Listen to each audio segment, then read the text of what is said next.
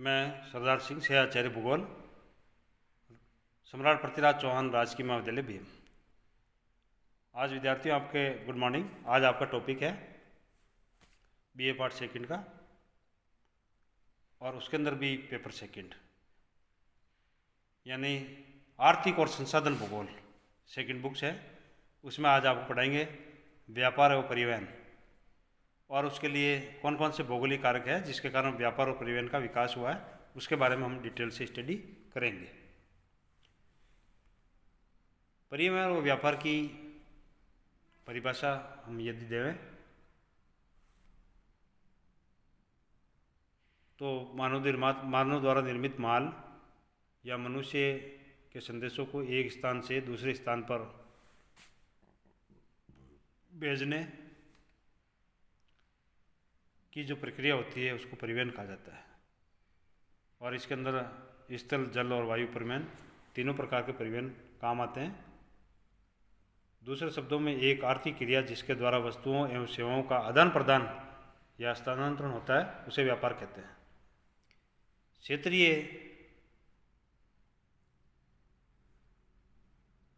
के अनुसार ये तीन प्रकार के होते हैं व्यापार: स्थानीय, प्रादेशिक और अंतर्राष्ट्रीय व्यापार। यदि हम परिवहन और व्यापार की इम्पोर्टेंस देखें तो विद्यार्थियों किसी भी देश या प्रदेश या राज्य के विकास के लिए आधारभूत संरचनात्मक ढांचे का विकास होना अत्यंत आवश्यक है।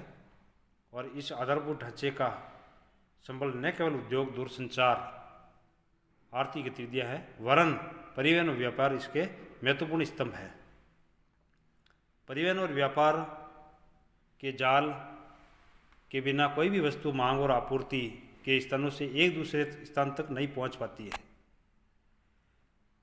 तो इस तरह से विद्यार्थियों परिवहन और व्यापार का जो महत्व है उसको नकारा नहीं जा सकता और किसी देश की आर्थिक समृद्धि के लिए ये नितांत आवश्यक है। परिवहन और व्यापार किसी देश के आर्थिक तंत्र के आधार होते हैं।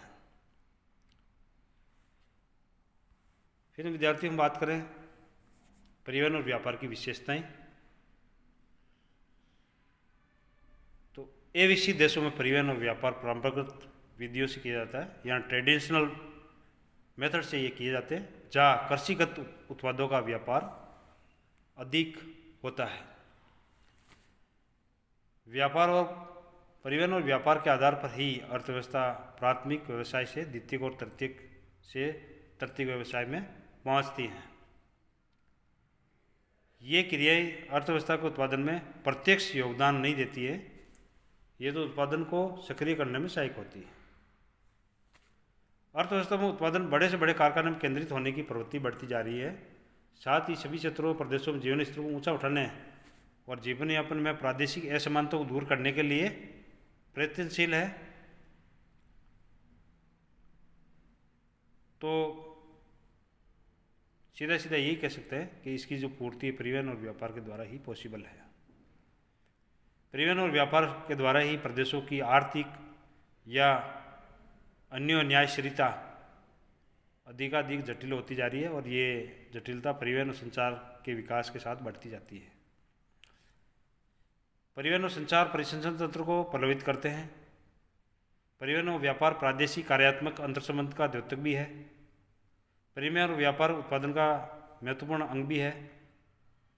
परिवहन और व्यापार की भौगोलिक गति में परिवहन और व्यापार के स्थानीयकरण, विकास, देश विदेश के प्रादेशिक, संश्लिष्ट अथवा सम्मिश्र में परिवहन और व्यापार की कार्यशीलता एवं परिवहन का कृषि, उद्योग, जनसंख्या, नगर, प्राकृतिक तत्वों, संसाधनों से संबंध का विश्लेषण किया जाता है। आधुनिक वैज्ञानिक और तकनीकी प्रगति से परिवहन और व्यापार में तीव्रता और जटिलता बढ़ती जा रही है। परिवहन और व्यापार के विकास से ही वर्तमान विश्व में सभी राष्ट्र विकास की दिशा में अग्रसर है। परिवहन और व्यापार के विकास से पर्यावरण उन्नयन और अनेक पर्यावरणीय समस्याएं उत्पन्न हो रही है, उनका निदान भी किया जा रहा है। तो इस तरह से परिवहन और जो व्यापार है उसके जो भौगोलिक कारक के विद्यार्थी इस प्रकार से है जो आपके सामने दे रखे हैं। इसमें सबसे पहले है भौतिक कारक, उच्चावाच भी दो है, धरातलीय स्वरूप और धरातलीय ढाल। दूसरा परिवहन व्यापार के कारक में भौतिक कारकों में जलवायु, जिसमें तापमान, वर्षा, सूर्य प्रकाश, हवाएं, मौसम। तीसरा कारक भौतिक कारक भूमि की बनावट यानी मिट्टियाँ।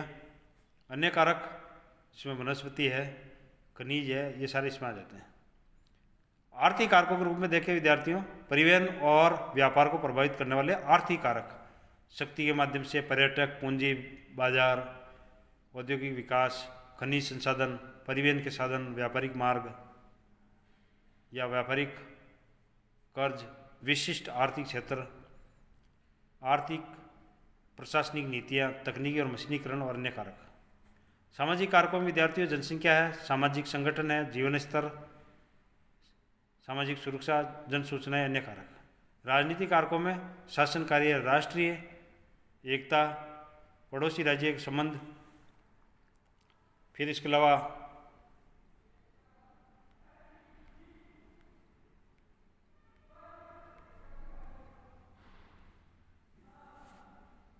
राजनीतिक स्थिरता, सरकारी नीतियाँ, राष्ट्रीय संस्थान, अन्य।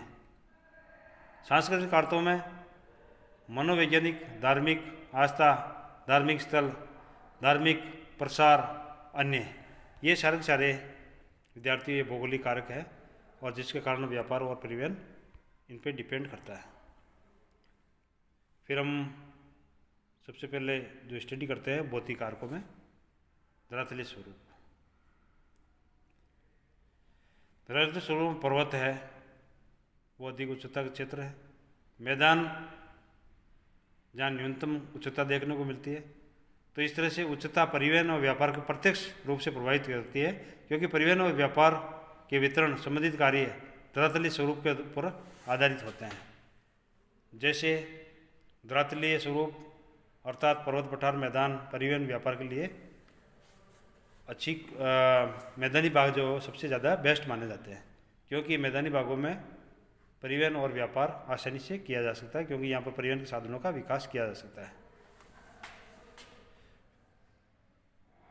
पठारी प्रदेश भी परिवहन और व्यापार के लिए उपयोग, जैसे ब्राज़ील का पठार है, दक्कन का पठार है। फिर पर्वतीय क्षेत्र परिवहन और व्यापार की दृष्टि से सीमित संभावनाओं से युक्त होते हैं। तो इस तरह से ये भौतिक कारकों में सबसे पहला है धरातलीय स्वरूप और उसका उच्चावच। दूसरा पॉइंट लेते हैं विद्यार्थियों, जलवायु। जलवायु और परिवहन और व्यापार को प्रभावित करने वाले प्राकृतिक कारकों में धरातल के बाद में जलवायु सबसे महत्वपूर्ण कारक है। इसके द्वारा जो है परिवहन और व्यापार के विभिन्न प्रकार और स्वरूप निर्धारित और नियंत्रित होते हैं और इसका सह संतुलन भी बदलता रहता है। आज के वैज्ञानिक युग में कृषि की जलवायु विशेष रूप से यहाँ प्रभावित करती है और जलवायु के विभिन्न तत्वों जैसे तापमान, वर्षा, आर्द्रता, पवन प्रवाह प्रत्यक्ष और अप्रत्यक्ष रूप से कृषि पर अपना प्रभाव डालते हैं। उदाहरण के लिए जैसे अधिक वर्षा वाले भागों में भूमि दलदली होती है और वहाँ रेलों का निर्माण बड़ी कठिनाई से होता है। यानी कहने का मतलब है जलवायु का वायु परिवहन पर भी बड़ा प्रभाव पड़ता है। अन्य भौतिक कारकों में भूमि का गठन, तटवर्ती भागों की चट्टानें, दलदली प्रदेश, मिट्टियाँ, सूर्यताप प्रमुख है। फिर विद्यार्थियों दूसरा कारक है जो मानव से रिलेटेड है ज़्यादा, आर्थिक कारक। भौतिक कारकों की तरह आर्थिक कारकों द्वारा परिवहन और व्यापार निर्धारित होता है। किसी भी क्षेत्र में परिवहन और व्यापार का स्वरूप वहाँ की कृषि व्यवस्थाओं, आर्थिक तंत्र पर निर्भर करता है। साथ ही आर्थिक तंत्र का प्रभाव परिवहन पर पड़ता है। आर्थिक समृद्धि में कृषि है, उद्योग, व्यापार आदि का विकास होता है और इसका प्रभाव परिवहन पर पड़ता है। वायु यातायात को सबसे अधिक प्रभावित करने वाला जो सर्वाधिक महत्वपूर्ण कारक है वो आर्थिक कारक है। चूँकि वायु परिवहन के अंदर अन्य स्थल से जल परिवहन माध्यम की तुलना में वह साध्य है। नौगम्य यहाँ जो नौकाएं चलती है वो जलधाराओं की उपलब्धता के आधार पर जल परिवहन हेतु अनुकूल आर्थिक दशाओं का होना आवश्यक है और जल परिवहन का उपयोग प्रधानतया प्रति इकाई कम मूल्य वाले भारी पदार्थों के लिए होता है।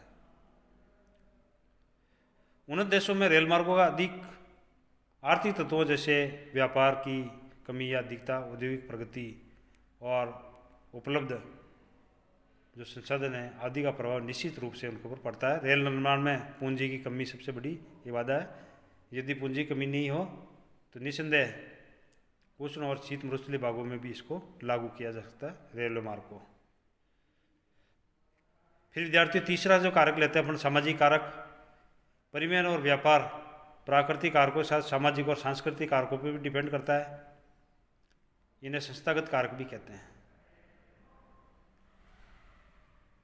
यानी औद्योगिक माल को बाजार पहुंचाने और जनसंख्या से परिपूर्ण क्षेत्र से होकर के रेल मार्ग गुजरने में उनका मनुष्य और समाज दोनों दृष्टि से सार्थक होता है।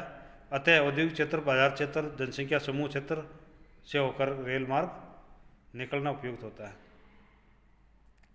पश्चिमी यूरोप, उत्तरी अमेरिका, रूस, ऑस्ट्रेलिया में वायु परिवहन के विकसित होने का कारण है उच्च जीवन स्तर, प्रति व्यक्ति अधिक आय, सामाजिक संगठन, उच्च तकनीकी आदि। पर्यटकों के कारण से ही जो बड़े बड़े शहर है वो आबाद है। फिर विद्यार्थी राजनीतिक कारकों में लेते हैं अपन। तो राजनीतिक कारक के अंदर परिवहन और व्यापार को प्रभावित करने वालों में भौतिक, सामाजिक, आर्थिक तथ्यों का अध्ययन करने के पश्चात राजनीतिक कारक भी इसको प्रभावित करते हैं। अंतर्राष्ट्रीय स्तर पर राजनीति का प्रभाव वायु परिवहन पर पड़ता है। भारत और पाक के बीच जैसे या विकासशील और अविकसित देशों में परिवहन मार्ग विशेष सड़क मार्ग और रेल मार्ग द्वारा ज़्यादा होता है। और विकसित देशों के अंदर जैसे विश्व व्यापार संगठन आदि के प्रयास से परिवहन मार्ग का विकास किया जा रहा है। विकसित देशों के बीच में जैसे यूएस है, रूस है, जो बड़े बड़े देश हैं उनके बीच में जो व्यापार व्यवसाय होता है उसमें राजनीतिक कारक प्रमुख फैक्टर है। सांस्कृतिक कारक में परिवहन व्यापार सांस्कृतिक कारकों को प्रभाव पड़ता है, जैसे रीति रिवाज, धार्मिक विश्वास, धार्मिक स्थलों, धार्मिक महलों, प्राचीन मंदिर, मस्जिदों, ऐतिहासिक स्थलों का भी परिवहन और व्यापार पर उसका प्रभाव पड़ता है। थैंक यू, धन्यवाद।